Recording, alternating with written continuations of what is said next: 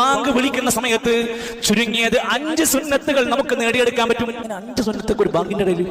ഒന്ന്, റസൂൽ സല്ലല്ലാഹു അലൈഹി വസല്ലം പഠിപ്പിച്ചു ബാങ്കിന്റേതായ പദങ്ങൾ അതുപോലെ ആവർത്തിച്ച് നമ്മളും പറയാം. മിണ്ടാതിരുന്ന് അതേ വാക്കുകൾ ആവർത്തിച്ച് പറയാ. ഹയ്യാല സ്വലാഹ് ഹയ്യാലൽ ഫലാഹ് എന്ന് കേൾക്കുമ്പോ ലാ ഹൗല വലാ ഖുവത ഇല്ലാ ബില്ലാഹ് ഒരു സുന്നത്ത് കിട്ടി. രണ്ടാമത്തെ സുന്നത്ത് അസ്സലാത്തു അലൻ നബി സല്ലല്ലാഹു അലൈഹി വസല്ലം. ബാങ്ക് കഴിഞ്ഞപ്പോ നബി സല്ലല്ലാഹു അലൈഹി വസല്ലമിന്റെ പേരിൽ ഒരു സ്വലാത്ത് ചൊല്ലി. അത് ഇസ്ലാമിലെ സുന്നത്താണ്, ബാങ്കിന്റെ ശേഷമുള്ള സുന്നത്ത്. മൂന്നാമത്തേത് അദ്ദുആ. ബാങ്ക് കഴിഞ്ഞാൽ അല്ലാഹുമ്മ റബ്ബ ഹാദിഹി ദഅവതി താമ്മ എന്ന് തുടങ്ങുന്ന ഹദീസിൽ വന്ന പ്രാർത്ഥന പ്രാർത്ഥിക്കുക.